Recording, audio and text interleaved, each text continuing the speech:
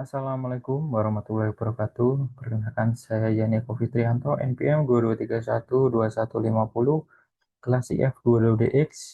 Di sini saya akan melanjutkan penjelasan dari mata kuliah Natural Language Processing untuk di bab 5 ini tentang meaning representation atau representasi arti.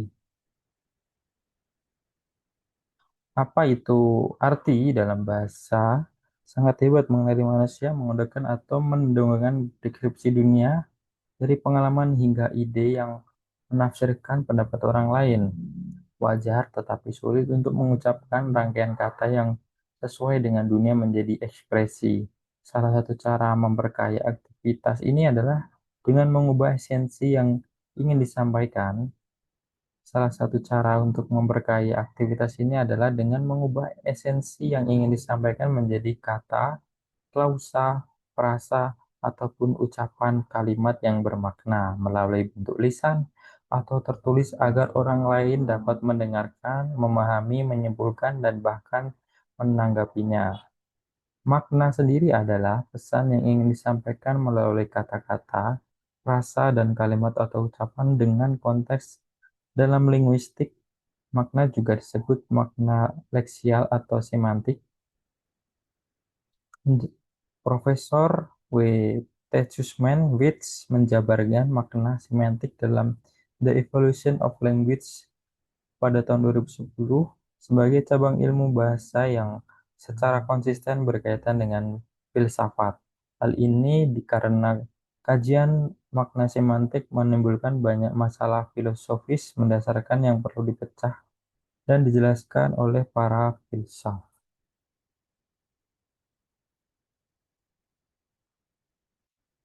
Kamus yang baik menyediakan penjelasan makna dari suatu kata secara rinci dan banyak kamus tentang penerjemahan konsep bahasa. Meskipun demikian, makna kalimat ucapan bukan sekedar gabungan makna kata-kata individu, tapi biasanya muncul sebagai kata-kata frasa dengan makna khusus pada tataran pragmatik. Makna semantik ini adalah studi tentang penugasan makna pada elemen-elemen yang mengandung makna minimal untuk membentuk ide-ide yang kompleks dan bermakna.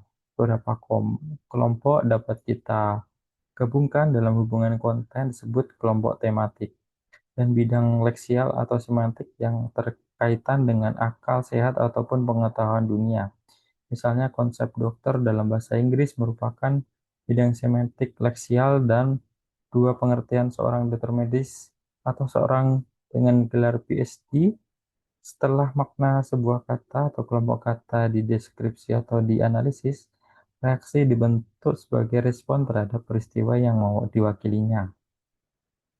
Kata-kata dan makna merupakan isyarat informasi yang signifikan untuk memahami bahasa lebih jauh, pengalaman hidup seseorang, dan beberapa budaya relevan dengan pengembangan makna linguistik dalam proses komunikasi.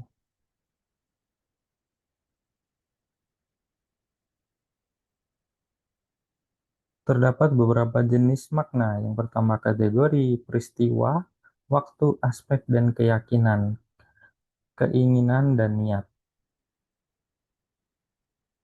Kategori mengacu pada objek, entitas tertentu, misalkan nama perusahaan, lokasi, objek.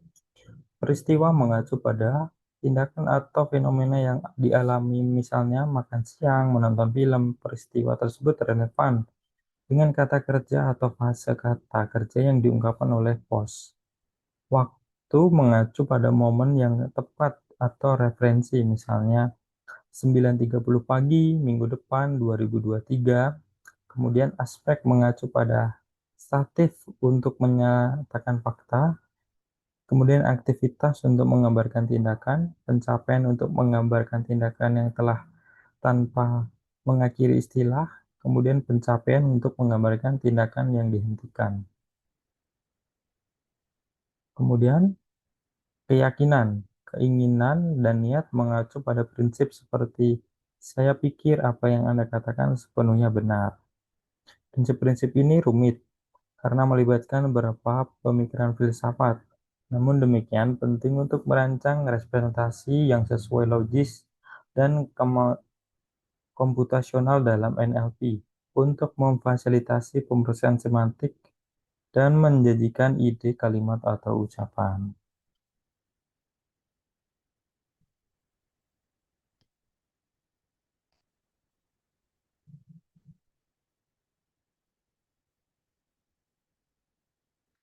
Berikut ini adalah formulasi FOPC. Ini terdiri dari 4 segmen kalkulus predikat, predikat dalam istilah logis.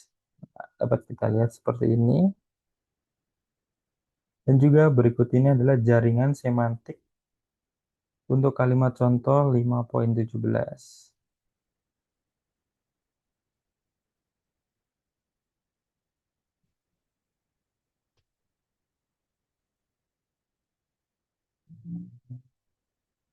Kemudian variabelitas ini adalah untuk menentukan kalimat atau pernyataan secara harafiah bermakna atau mengungkapkan sebuah proporsi jika dan hanya jika dapat diverifikasi secara analitis ataupun empiris, yang berarti harus menyediakan cara untuk membandingkan representasi makna dan fakta berdasarkan basis pengetahuan dunia ataupun akal sehat.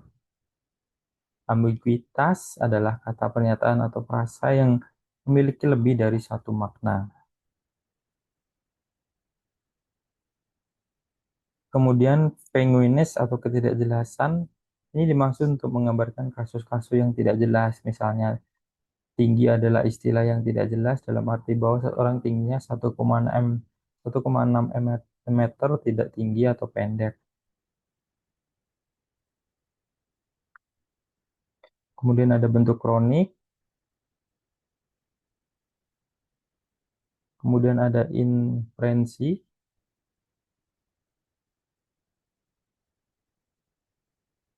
kemudian ada teori kasus universal Fillmore. Ini adalah tata bahasa dalam kasus Fillmore. Apa itu teori kasus universal Fillmore ini? Yaitu menganalisis struktur fundamental atau kalimat dengan mengeksplorasi asosiasi peran semantik seperti agen, dermawan, lokasi objek, dan instrumen.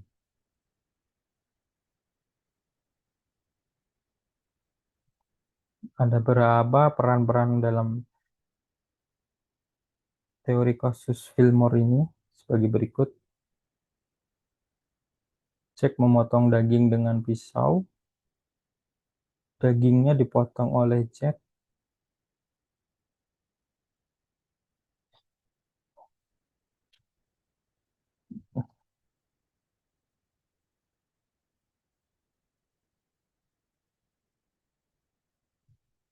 Berikut adalah aturan yang mungkin dalam peran atau kasus ini bisa kepakai. Ini bersifat umum, bersifat konstituen, tidak ada peran kasus khusus, hanya NP.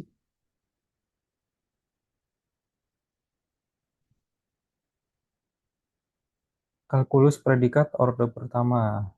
Nah, untuk kalkulus predikat itu udah tahun 1989, Godeni dapat sebagai kerangka kerja untuk memperoleh representasi semantik dari sebuah kalimat atau ucapan meskipun tidak sempurna. Ini merupakan mekanisme yang paling mudah untuk menafsirkan makna karena alternatif lain terbatas untuk dan rumit diterapkan.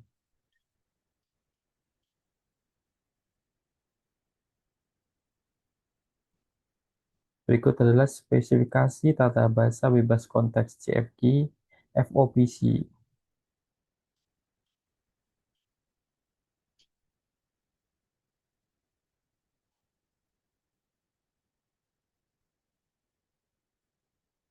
Nah, dan ini adalah tabel kebenaran modus ponens pada logika 2. Dapat kita lihat nilainya PO, PV, true, true, false, false, true, false, false, false, true, true, false, false, true. Nah, dapat kita pelajari lebih lanjut untuk mengerjakan latihan pada bab 5 ini. Mungkin sekian materi yang dapat saya jabarkan dari bab 5 ini. Apabila ada kurangnya, saya mohon. Wassalamualaikum warahmatullahi wabarakatuh.